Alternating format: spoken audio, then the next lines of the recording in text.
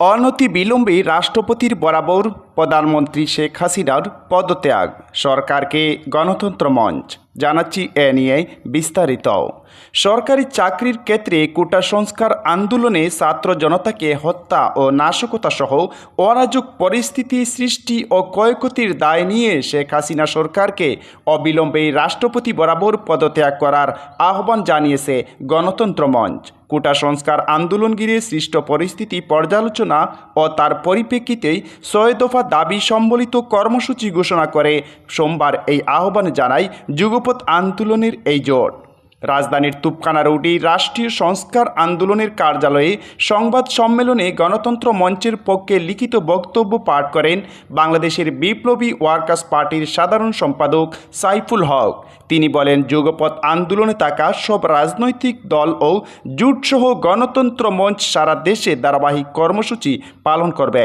কোটা আন্দোলনে দমন, নৃশংস হত্যাকাণ্ড সহ সরকারের পদত্যাগের দাবিতে গণতন্ত্র মঞ্চ বুধবার বেলা 11টায় ঢাকার পুরান পল্টন মোড়ে প্রতিবাদ সভা করবে। শিক্ষার্থীদের ন্যায্য আন্দোলনকে সরকার শান্তিপূর্ণভাবে সমাধানের পথে না গিয়ে ছাত্র জনতাকে হত্যাসহ নাশকতার পরিস্থিতি তৈরি করেছে। এর দায় সরকার ও সরকারি দলের। জনগণের জানমালের বিপুল এই ক্ষয়ক্ষতির দায় নিয়ে সরকারকে অবিলম্বে রাষ্ট্রপতি বরাবর পদত্যাগ করতে হবে। চলমান অরাজক পরিস্থিতি সম্পর্কে গণতন্ত্র মঞ্চের ৭ দফা পর্যালোচনা সংবাদ সম্মেলনে তুলে ধরেন সাইফুল হক।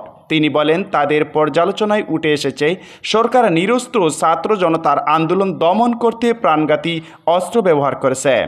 হেলিকপ্টারে গানশিপ ব্যবহার করে উপর থেকে গুলি করা হয়েছে, কাঁদানে গ্যাস নিক্ষেপ করা হয়েছে, এমনকি আবাসিক ভবনেই আক্রমণ করে শিশুদের হত্যা করা হয়েছে। গুলিবিদ্ধ ও আঘাতপ্রাপ্ত ছাত্র জনতাকে হাসপাতালে না নিয়ে বরং তাদের মৃত্যুর দিকে ঠেলে দেওয়া হয়েছে। এমনকি রাস্তায় দাঁড়িয়ে থাকা মানুষকেও সম্পূর্ণ বিনা কারণে গুলি করে হত্যা করা হয়েছে। এদিকে পর্যালোচনা তুলে ধরে সাইফুল হক আরও বলেন, এখনও পর্যন্ত মামলার সংখ্যা বাড়ছে। গত ২৮ জুলাই পর্যন্ত সাধারণ শিক্ষার্থী ও বিরোধী দলের ১২,৫০০ নেতাকর্মীকে গ্রেফতার করা হয়েছে। এ অবস্থায় গণতন্ত্র মঞ্চের পক্ষ থেকে ৬ দফা দাবি তুলে ধরেন সাইফুল হক।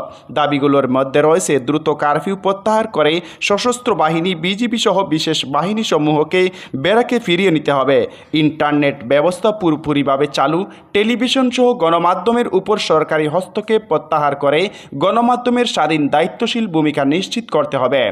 জাতিসংঘের তত্ত্বাবধানে ছাত্র জনতার হত্যাকাণ্ড সহ সমগ্র ঘটনার নিরপেক্ষ ও বিশ্বাসযোগ্য তদন্ত, অপরাধীদের চিহ্নিত ও তাদের আইনানুগ ব্যবস্থা নিশ্চিত, আন্দোলনকারী ছাত্র জনতার উপর গুলি হত্যার পরিকল্পনাকারী, নির্দেশদাতা ও বাস্তবায়নকারীদের যথাযথ বিচারের আওতায় নিয়ে আসতে হবে। ছাত্র জনতা সহ বিরোধী দল সমূহের নেতাকর্মী সমর্থকদের গ্রেফতার, রিমান্ডের নামে শারীরিক মানসিক নির্যাতন, মিথ্যা ও হয়রানিমূলক সব মামলা প্রত্যাহার ও তাদের মুক্তি নিশ্চিত করতে হবে। বৈষম্য বিরোধী ছাত্র আন্দোলনের গুম হওয়া ও তুলে নেওয়া নেতাদের অবিলম্বে মুক্তি দিতে হবে। সব শিক্ষা প্রতিষ্ঠান চালু ও শিক্ষার্থীদের নিরাপত্তা নিশ্চিত, শিক্ষার্থীদের ৯ দফা গণতান্ত্রিক দাবি দ্রুত বাস্তবায়নের উদ্যোগ নিতে হবে এবং ব্লক